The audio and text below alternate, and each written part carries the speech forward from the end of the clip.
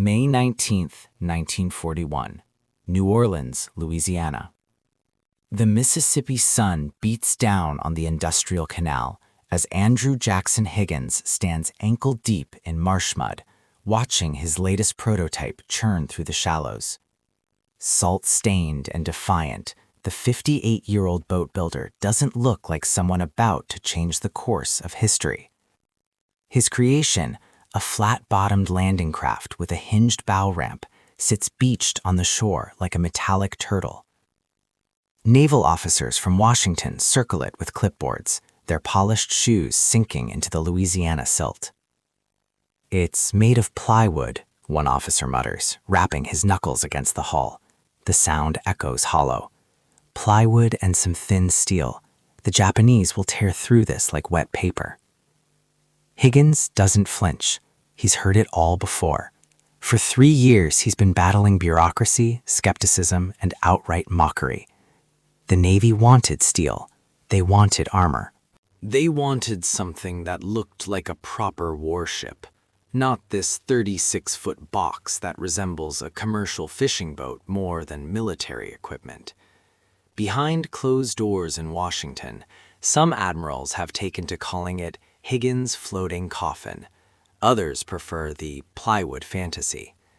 But Higgins knows something they don't. This boat wasn't born in a naval shipyard or designed by MIT engineers. It evolved in the swamps and bayous of Louisiana, where Higgins spent decades building vessels to navigate oil fields in water so shallow a snake could barely swim through it. The bow ramp, the feature everyone dismisses as a gimmick, came from watching loggers unload cargo in remote areas. The flat bottom, that's what lets you beach the craft, drop the ramp, and walk straight onto dry land without getting wet. "Run the test," Higgins says, his voice gravel rough. The demonstration begins. Marines pile into the craft, 36 men with full combat gear, rifles, packs, the works. The engine roars to life, a 225-horsepower gray marine diesel that sounds like controlled thunder. The boat lurches forward, cutting through the water at 12 knots. It approaches the shore at full speed, and several officers instinctively step back, expecting disaster. The bow hits the mud with a grinding scrape. The ramp drops. 36 Marines pour out in less than 30 seconds, boots hitting solid ground, rifles up. No gangplank, no climbing over the sides, no wading through chest-deep water under enemy fire. Just pure, brutal efficiency. One officer writes something in his notebook. Another lights a cigarette with shaking hands. What they're watching is the LCVP, Landing Craft Vehicle Personnel. In a few years, young men will simply call it the Higgins boat. Right now, in May 1941, with America still 6 months away from entering World War II, it's just an oddity from the bayou. The Navy has ordered exactly 0 units for production. Across the Pacific, Japanese military planners are perfecting their own amphibious assault techniques. They've conquered coastal China. They've island-hopped through Southeast Asia. Their steel-hulled landing craft are proven, battle-tested, formidable. When intelligence reports about Higgins's plastic boat reach Tokyo, the response is dismissive. The Americans, they conclude, are not serious about amphibious warfare. They have no idea what's coming. August 7th, 1942. Iron Bottom Sound, Guadalcanal. The humidity hits you before the enemy fire does. It is 06 hours, and the dawn sky is a bruised purple over the Solomon Islands. Inside Higgins' boat number 42, coxswain second class Eddie Miller grips the wheel with white-knuckled intensity. The air in the well deck is a noxious cocktail of diesel fumes, salt spray, and the nervous sweat of 36 Marines packed shoulder to shoulder behind him. The boat, officially an LCVP, vibrates so violently it makes your teeth ache. The plywood hull, mahogany veneer glued with a special waterproof resin, flexes as it slams against the chop.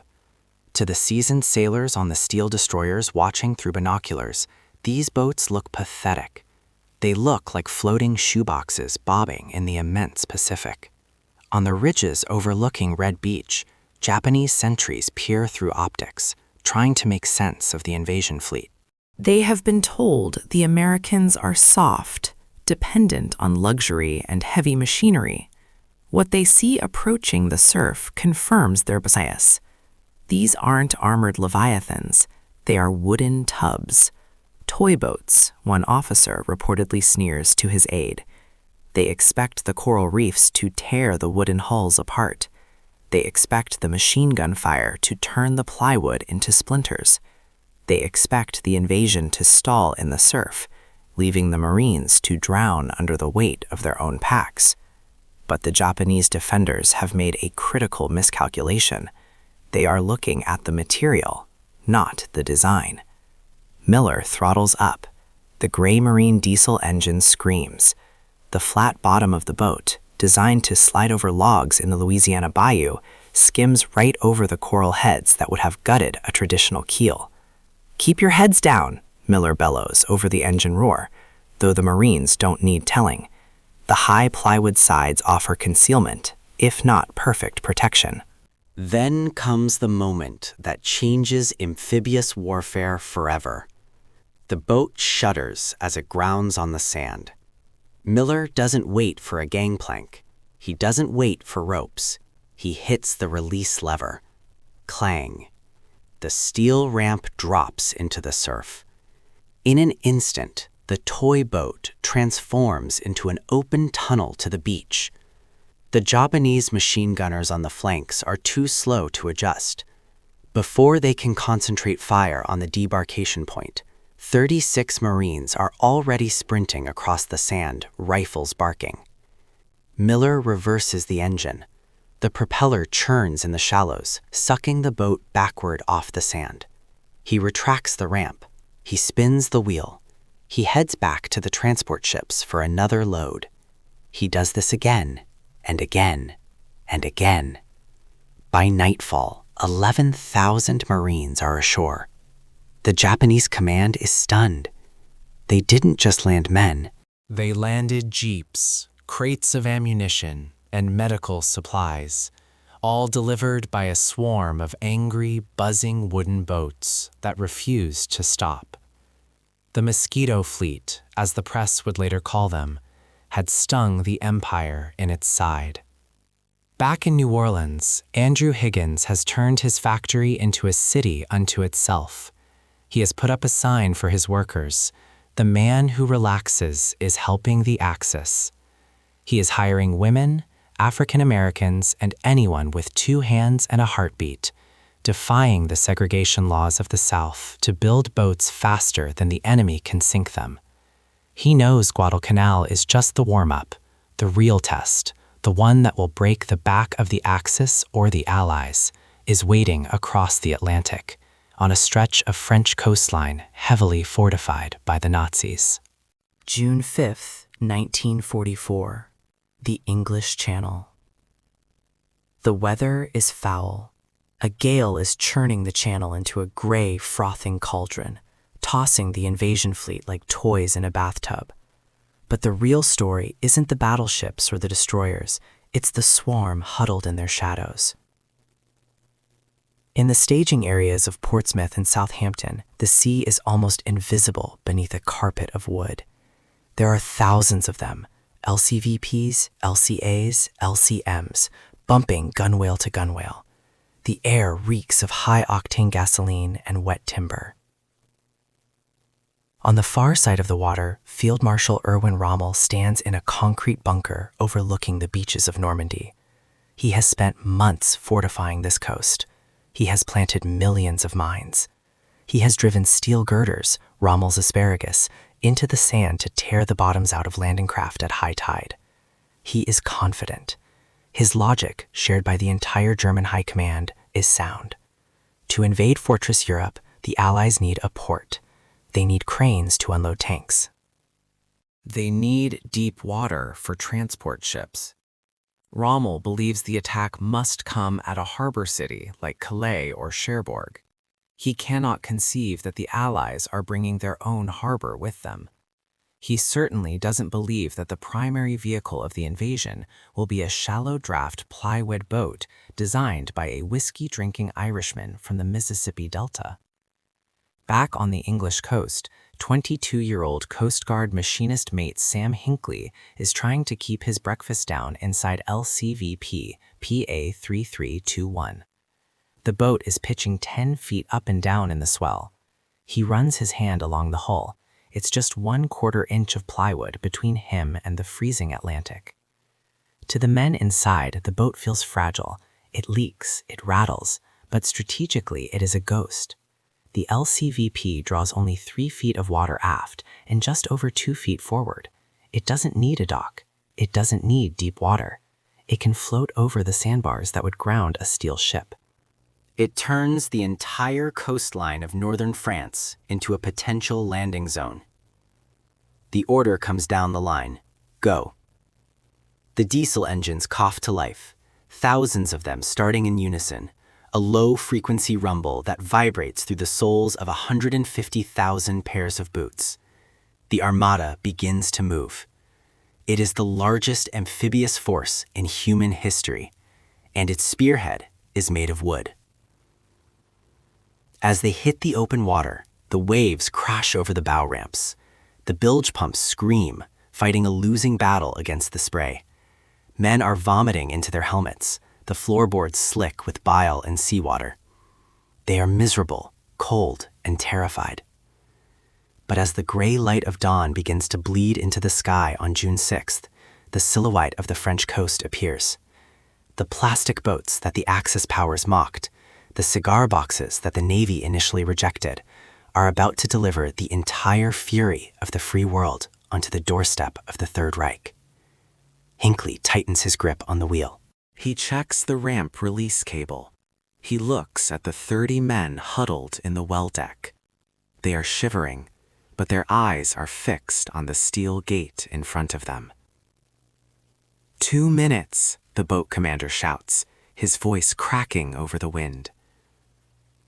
The Higgins boats line up, a ragged wave of plywood surging toward the section of hell known as Omaha Beach. 0630 hours, June 6th, 1944. Dog Green Sector, Omaha Beach. The world ends in noise. Artillery shells from the German batteries at Point du Hoc slam into the sea, sending geysers of water 3 stories high crashing down onto the open decks of the LCVPs. The air is thick with the supersonic crack thump of MG-42 machine guns firing at 1,200 rounds per minute. Coxswain Miller, now a veteran of the Pacific but unprepared for this, steers his boat through a literal maze of death. The water is choked with obstacles, steel hedgehogs, tetrahedrons topped with mines, wooden stakes angled to skewer the hulls. "Starboard, hard to starboard," the boat officer screams. Miller yanks the wheel. The plywood hull scrapes against a submerged steel beam with a sickening screech, but it holds. A steel hull might have crumpled or sparked. The wood just gouges and flexes. They are now 100 yards from shore. To their left, another LCVP takes a direct hit from a mortar shell. There is no cinematic explosion, just a disintegration of wood and flesh.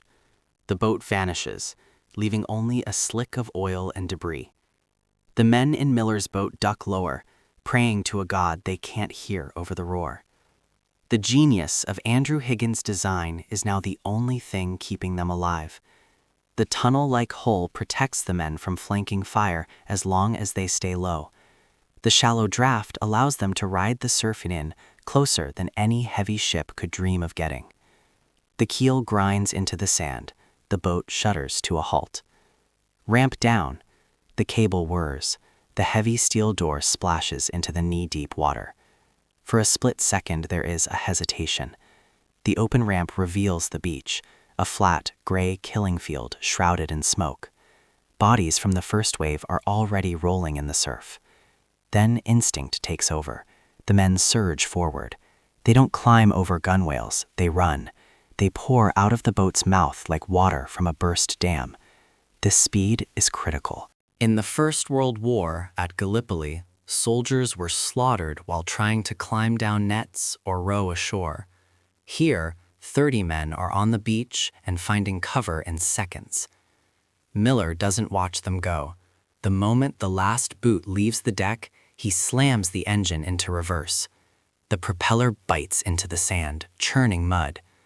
The boat lurches backward, retracting the ramp as it goes. He spins the wheel, turning the empty vessel back toward the transport ships. He has to do this again and again. The Higgins boat isn't a warship, it's a conveyor belt. Its only weapon is persistence. By noon, the beach is a graveyard of burning equipment, but the conveyor belt hasn't stopped. Thousands of men are ashore, then tens of thousands. The German defenders in their bunkers are running out of ammunition. They kill and kill, but the boats keep coming. They emerge from the smoke, drop their ramps, vomit out fresh troops, and retreat, only to return an hour later with more. Rommel's Atlantic Wall was built to stop ships. It wasn't built to stop a swarm of angry bees. As night falls on D-Day, the impossible has happened. The Allies have a toehold in Europe. It is tenuous, bloody, and fragile, but it is there. And bobbing in the surf, battered, bullet-riddled, but still floating, are the wooden boats that made it possible. September 1945, the end of the war. The guns have fallen silent. The smoke has cleared from the beaches of Normandy, the volcanic sands of Iwo Jima, and the coral reefs of Okinawa. The world is taking its first breath of peace in 6 years. General Dwight D. Eisenhower is asked by a reporter what the single most important instrument of victory was. The reporter expects him to say the atomic bomb, the B-29 bomber, or perhaps the sheer industrial might of the American auto industry. Eisenhower doesn't hesitate. Andrew Higgins, he says. He is the man who won the war for us. It is a stunning statement. Not a general, not a president, but a boat builder from New Orleans. Eisenhower continues, if Higgins had not designed and built those LCVPs, we never could have landed on an open beach. The whole strategy of the war would have been different. The numbers tell the story. Over 20,000 Higgins boats were produced during the war. They carried the Allied armies across the Rhine River in Germany. They navigated the jungle rivers of the Philippines. They delivered the tanks that liberated Paris and the Marines who raised the flag on Suribachi. But for the men who rode in them, the legacy isn't about strategy or logistics. It's personal. In a quiet VA hospital ward, an old Marine sits in a wheelchair, staring out at a lake. He closes his eyes and he can still feel it. The vibration of the plywood floorboards, the smell of diesel and fear, the sound of the ramp chain rattling loose. He remembers the moment the ramp dropped, the terrifying exposure, and the frantic sprint to life. He remembers the boat coxswains, kids really, who drove straight into machine gun fire without armor, armed only with a wooden wheel and a prayer. They were the taxi drivers of the apocalypse, ferrying a generation to their destiny. The plastic boat mockers are long silent. The Japanese commanders who laughed at the lightweight craft have surrendered their swords. The German engineers who bet on steel and concrete have seen their fortifications bypassed and overrun by a fleet of wood.